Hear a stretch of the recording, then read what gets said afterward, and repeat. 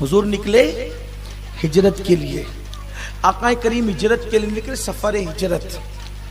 سرکار علیہ السلام جب مدینہ شریف جانے لگے تو راستے میں دیکھا ایک مکان ہے، ایک مکان ہے، مکان۔ حضور نے وہ مکان دیکھا۔ حضرت صدیق اکبر سے کہا ابو بکر بھوک محسوس ہو رہی ہے، تھوڑا رک جاتے ہیں اور رک کر کے یہاں ہم آرام کرتے ہیں اور تھوڑا کھاتے پیتے ہیں۔ وہ عورت بڑی سخی تھی، اس عورت کو لوگ ام معبد کہتے تھے، ام معبد۔ سرکار علیہ السلام اس کے گھر آئے، آنے کے بعد حضور علیہ السلام نے وضو کیا، کلی کی وضو کیا۔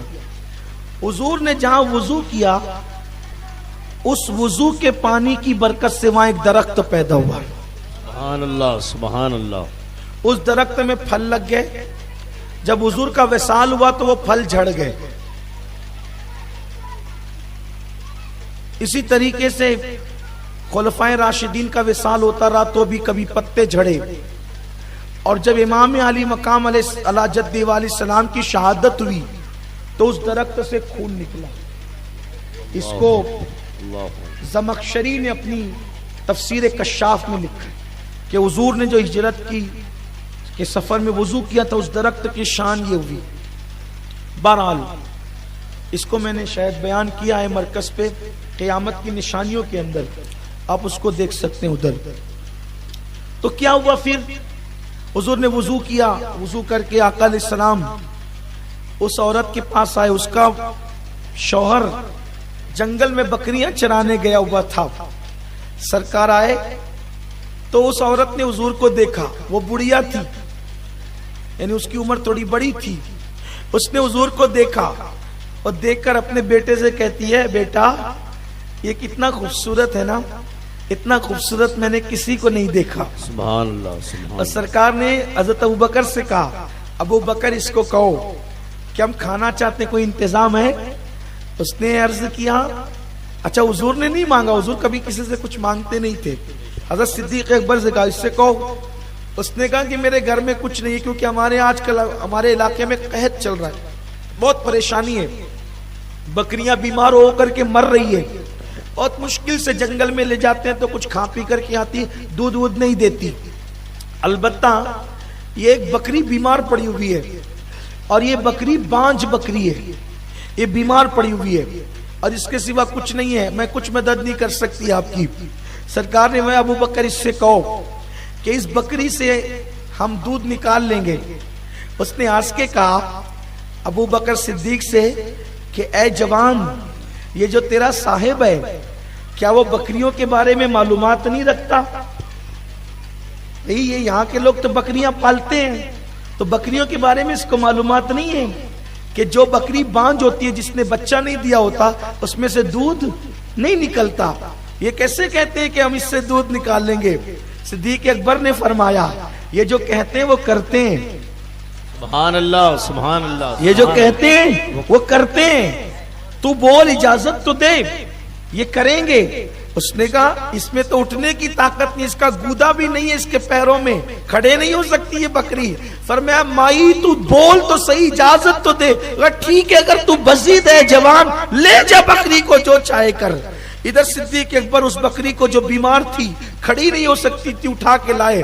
حضور نے اپنا دست کرم اس پہ جیسے پھیرا، وہ پہلے تو اٹھ کر کھڑی ہو گئی۔ سبحان اللہ سبحان اللہ، اس کی آنکھیں دنگ رہ گئی۔ بولو اپنے بچوں کو بینٹین کی کہانی کیوں سناتے ہو؟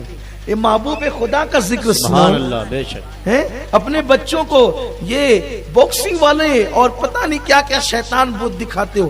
دیکھو یہ کتنی پیاری بات ہے، میں اس لیے بیان کر رہا ہوں کہ سنو، اپنے بچوں میں منتقل کرو، عشق بڑھے گا، محبت بڑھے گی۔ سبحان اللہ۔ حضور نے ہاتھ پھیرا، وہ اٹھ کے کھڑی ہو گئی، ہاتھ میں اتنی طاقت۔ اب تھی وہ عورت دیکھنے لگی، حضور علیہ السلام نے پانی منگایا، پانی لیا اور اس کے تھن دھوئے، اتنے اتنے سے تھن تھے کیونکہ وہ تھی بانج بکری۔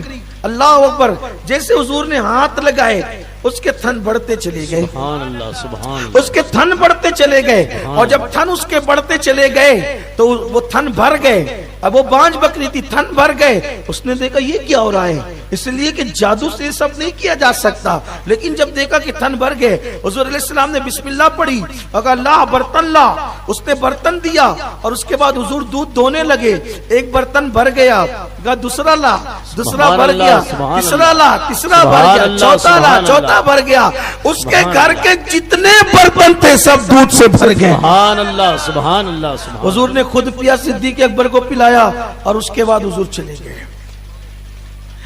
وہ حضور کا نام پوچھنا بھول گئی، صدیق اکبر کا نام پوچھنا ہی بھول گئی، حضور چلے گئے۔ اس کا شوہر آیا تو کہا یہ خوشبو کائے کی آتی ہے؟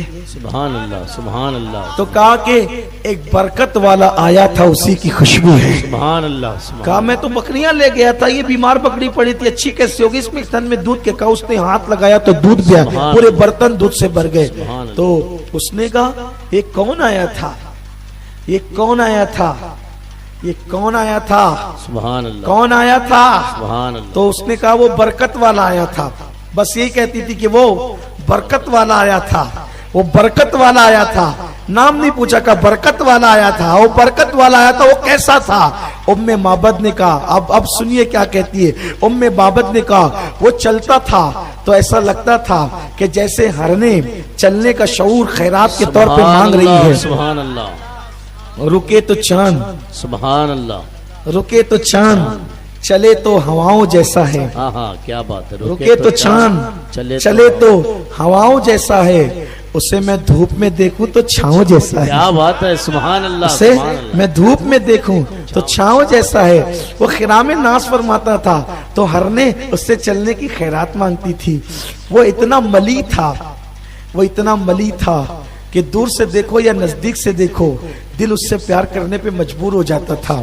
جب وہ بولتا تھا تو ایسا لگتا تھا کہ جیسے موتیاں جھڑ رہی ہے، اس کے لب گلاب کی پنکھڑیوں کی طرح پتلے پتلے اور انتہائی نازک تھے، اس کی آنکھیں نرگس کے پھولوں کی طرح تھی اور اس کی آنکھیں بھری بھری تھی، اس کی آنکھوں میں سرخ ڈورے تھے، اس کو دور سے دیکھو تو بھویں الگ الگ نظر آتی تھی، قریب جا کر کے دیکھو تو بھویں ملی ہوئی نظر آتی تھی۔ ان کی زلفیں نہیں رحمت کی گھٹا چھائی ہے، ان کی زلفیں نہیں رحمت کی گھٹا چھائی ہے، ان کے ابرو نہیں دو قبلوں کی یکجائی ہے۔